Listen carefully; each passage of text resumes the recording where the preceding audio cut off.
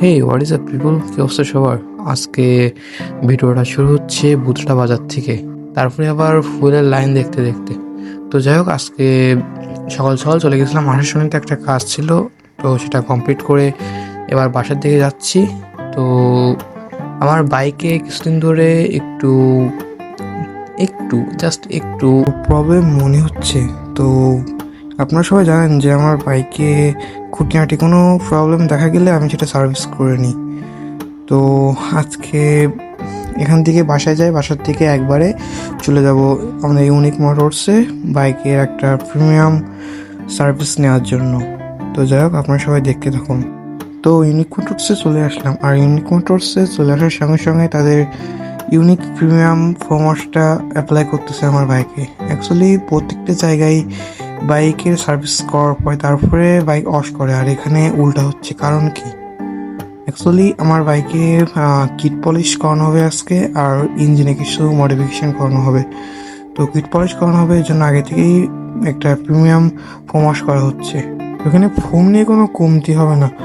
এখানে ভিডিওতে দেখতে পাচ্ছেন যে ফোমের কোয়ালিটি কেমন বা নিয়ে কোনো নাই, যতটুকু লাগবে তার থেকে বেশি দেওয়া হবে এমন। বাইকটা ক্লিন করে না হোক তারপরে আসতেছে। তো আমি বাইক ওয়াশ করার ভিডিওটা করতাম না, বাট এখানে ওয়াশ করার ভিডিওটা করলাম কজ অনেকে ভাবতে পারেন যে মাত্র 99 টাকায় ফোম ওয়াশ কেমন কি হবে। তো যাই হোক, বাইক ওই সাইডে ফোম ওয়াশ হচ্ছে, আর এই সাইডে আমার ফ্রেন্ডের মনোটনের কার্বোরেটরটা খুলে ক্লিন করা হচ্ছে। এইটার কার্বোরেটরের কথা বলতে গেলে, এই গাড়িটার কার্বোরেটর ক্লিন করার আগে যে অবস্থা ছিল আর ক্লিন করার পরে যে অবস্থা হয়েছে কিছুই বলার নাই। এক কথায় বলতে গেলে আগে ছিল কচ্ছপ, এখন হয়ে গেছে রকেট। তো কার্বোরেটরের ভিতরে এগুলো সব ময়লা, আর নিচে সব তো কিছু বলার নেই। তো যাই হোক, ওইদিকে কার্বোরেটরটা ওয়াশ করা দেখতে দেখতে এদিকে আমার বাইকটা অলমোস্ট ওয়াশ করা শেষের দিকে। তো এটা ওয়াশ করার পরে দেখা যাক। তো তার ভিতরে আবার একজন মইনু দুধু খেতে খেতে চলে আসছে সার্ভিসিং সেন্টারে। তো যাই হোক, তাকে একটু আপ্যায়ন করা হোক। তো আমার বাইকটা ওয়াশ করার পরে প্রায় আধা ঘন্টার মতো রেখে দেওয়া হয়েছিল হট হামে, তারপরে সেই কিট পলিশটা অ্যাপ্লাই করা হচ্ছে। অ্যাকচুয়ালি এই কিট পলিশটা বাইকে অ্যাপ্লাই করার পরে প্রায় আধা ঘন্টা 1 ঘন্টা মতো এটা লাগিয়ে রাখতে হয়, তারপরে এটা বাকি যে কামগুলো আছে সেগুলো কমপ্লিট করতে হয় আর কি। তো আমারটাই কিট পলিশটা অ্যাপ্লাই করার পরে তারপরে ইঞ্জিনে যে মডিফাইটা করা হবে সেটা করা হবে। তো এটা সম্পূর্ণ কিটে লাগানো হোক, তারপরে শুরু হচ্ছে।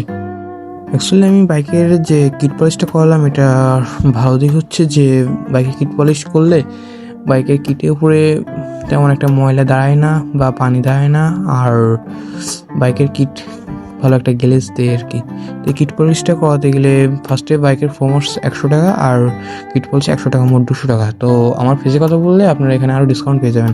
তো এখানে আবার ইঞ্জিন খোলা কাজ শুরু হয়ে গেছে, আর প্রথমে বাসটা খেয়ে গেলাম। ফার্স্টে ভাবছিলাম যে আমার এই ইঞ্জিন অয়েলটা দিয়ে জাস্ট 300 কিলো কি 400 কিলোর মতো চালানো পড়ছে, তো সেই ইঞ্জিন অয়েলটা আবার দিয়ে দেওয়া ভাবছিলাম, বাট সেটা পসিবল হলো না কজ আমার ইঞ্জিন অয়েল সব পড়ে যাচ্ছে।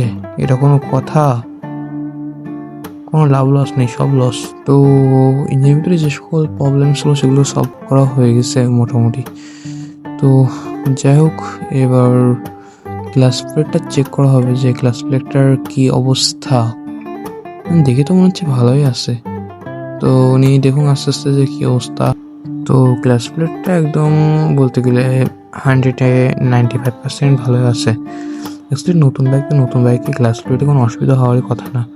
তো সেটা ভালোভাবে চেক আপ করে আবার ফিটিং করে দিচ্ছেন। তো যেহেতু পুরাতন ইঞ্জিন অয়েলটা বেশি দিন চলেনি, বাট ওটা পড়ে গেছে জন্য ওটার মাপ ঠিকঠাক হবে না বলে নতুন একটা ইঞ্জিন অয়েল বাইকে দিয়ে নিচ্ছি, আর এটার সাথে আবার একটা নতুন অয়েল ফিল্টারও সেট আপ করে দিচ্ছি বাইকে।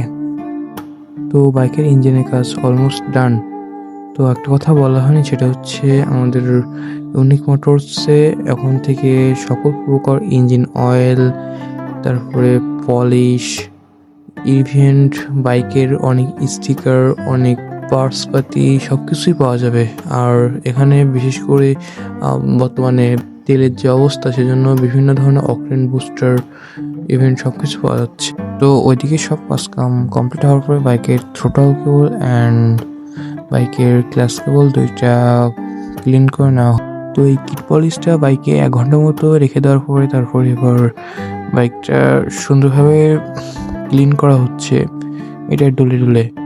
অ্যাকচুয়ালি এইটা বাইকে লাগিয়ে রাখতে হয়, তারপরে ডললে পলিশটা প্রপারলি ইউজ হয়ে যায়। তো আপনারা এখানে দেখতে পারেন আমি এই পার্টটায় কোনো কালার গ্রেডিং করে নাই। তো দেখুন যে বাইকটা কেমন গ্লেজ দিচ্ছে।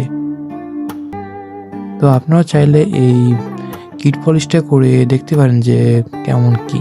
তো এই কিট পলিশটা করতে হলে বাইক ফার্স্টে ফোমস দিয়ে নিতে হবে আর তারপরে কিট পলিশটা করতে হবে। তো বা এখান থেকে করতে গেলে ফার্স্টে ফোমাস পড়বে 100 টাকা, কিট পলিশ 100 টাকা।